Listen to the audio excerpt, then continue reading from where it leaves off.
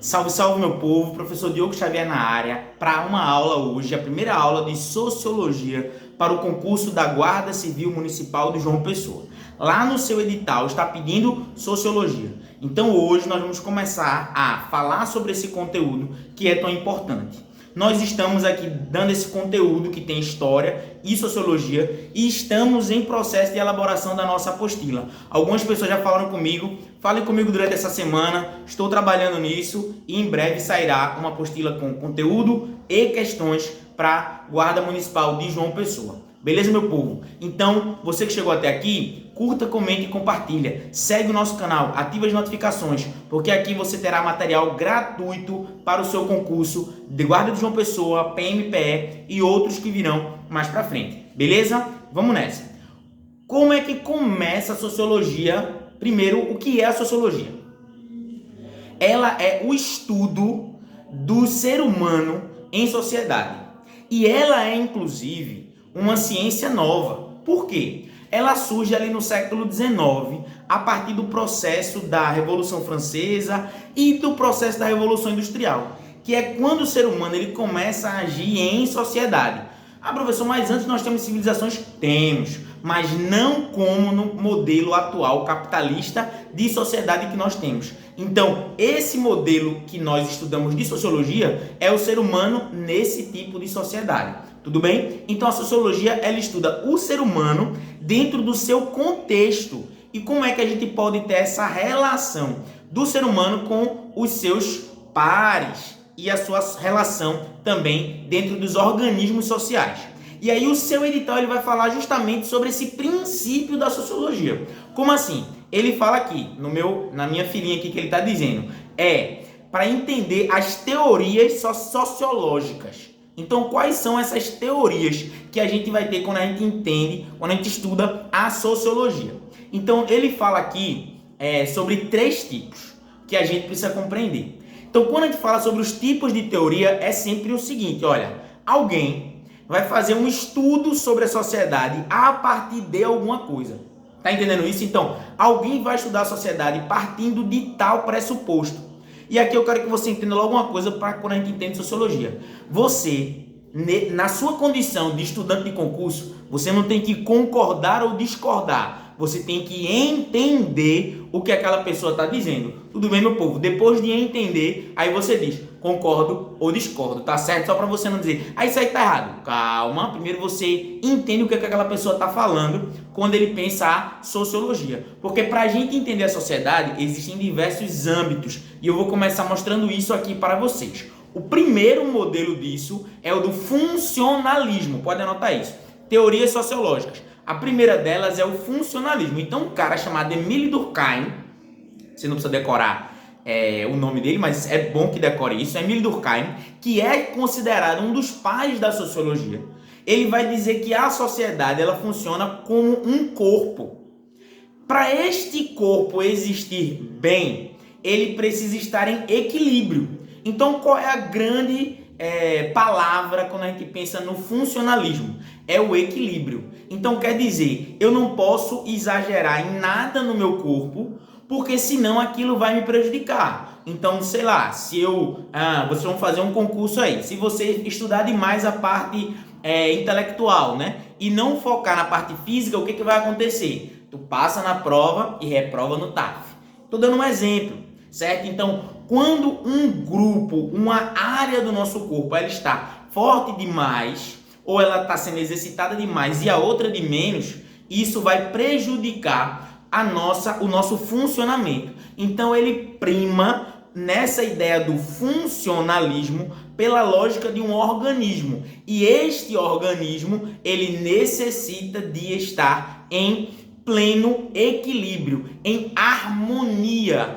para estar bem organizado. Então outra palavrinha que a gente deve lembrar também é a estabilidade. Esta palavra é crucial para a gente entender. Então a estabilidade ela é fundamental para que você consiga levar o seu corpo dentro de um pressuposto positivo. Então a gente já pensa nisso, nessa ideia. Então funcionalismo, se uma área da sociedade ela está em desequilíbrio, aquilo vai causar o quê? Problemas sociais. Aí você pensa na sociedade como um todo. Olha para a sociedade aí.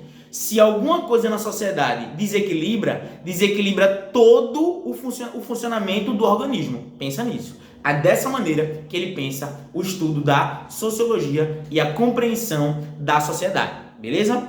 O outro pensador que a gente vai ter nesse momento é a teoria sociológica do conflito. Pode anotar aí, conflito. Qual o grande nome dessa teoria? Karl Marx. Karl Marx, esse nome você já deve ter ouvido alguma vez na vida. Mas qual é a principal teoria de Karl Marx? É a ideia da luta de classes. E o que significa isso? Quando a gente fala sobre luta de classes, estamos falando sobre dois grupos da sociedade que têm interesses antagônicos. Ah, professor, então isso é diferente do que o Durkheim vai pensar. Exatamente. Porque para o Durkheim, todos nós somos um corpo. Para o Marx, não. Marx vai dizer o seguinte, olha só. Patrões têm um interesse, empregados têm outro interesse. E um exemplo que ele fala sobre isso é o da mais-valia. Como assim? Você, aí no seu trabalho, você que trabalha em uma empresa privada, você quer trabalhar o mínimo possível, ganhando o máximo possível. Com certeza. O seu patrão quer que você trabalhe o máximo possível, recebendo o mínimo possível. O nome disto é mais-valia. E onde é que se dá esse equilíbrio, professor? Se dá de acordo com a sua especificidade do trabalho e também com a quantidade de mão de obra sobrante que existe na sociedade. O famoso desemprego.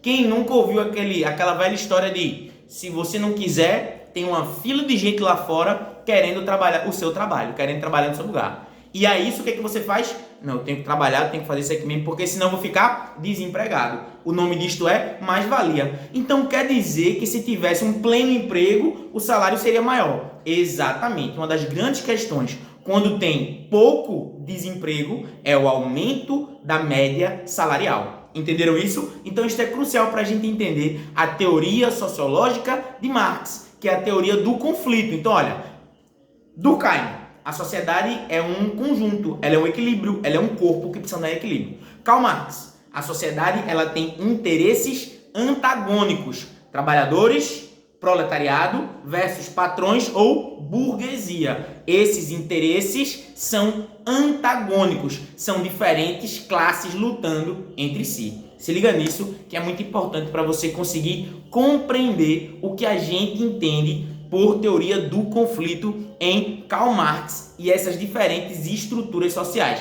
E essas estruturas sociais, elas geram desigualdade. Por exemplo, o Estado, para Karl Marx, é o local onde os interesses eles serão disputados.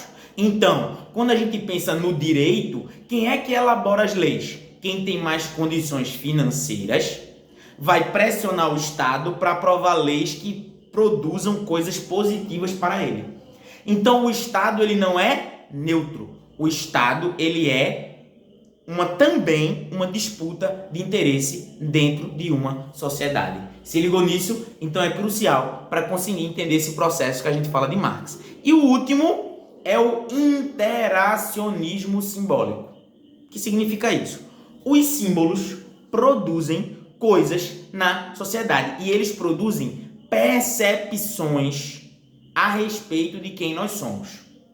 Como assim? Vocês estão vendo esta camisa, que não tem nenhum símbolo. Se esta camisa tivesse um símbolo, qualquer que seja ele, qualquer não, um símbolo que fosse um risquinho assim, ou que fosse um cavalo com o cara jogando aquela marca famosa, ou 3 listrinhas aqui, essa camisa seria mais cara ou mais barata? Ela seria mais cara, porque ela é uma famosa, é o que a gente chama de uma camisa de marca. Então, um mero símbolo numa camisa aumenta o preço dessa camisa. Ou, por exemplo, se você estiver andando na rua e você vê um policial, é um policial normal, mas se você percebe que na farda daquele policial tem um monte de estrelas e coisas que você nem conhece, mas você sabe que no meio de um monte de policial, aquele ali se destaca. Por quê? Aquele tanto de coisa que ele tem aqui, que tu pode nem saber o que é, mas você sabe que aquilo é um símbolo que dentro dos outros policiais ele se destaca. Entendeu isso? Então a simbologia que nós ocupamos dentro de uma sociedade, ela diz muita coisa. Então, por exemplo, será que uma pessoa que entra numa loja, qualquer que seja a loja, com uma roupa dessas que eu falei de marca, ela vai ser atendida da mesma forma que uma pessoa que entra na loja com uma roupa rasgadinha e chinelo de dedo? Não. A gente trata de maneira diferente.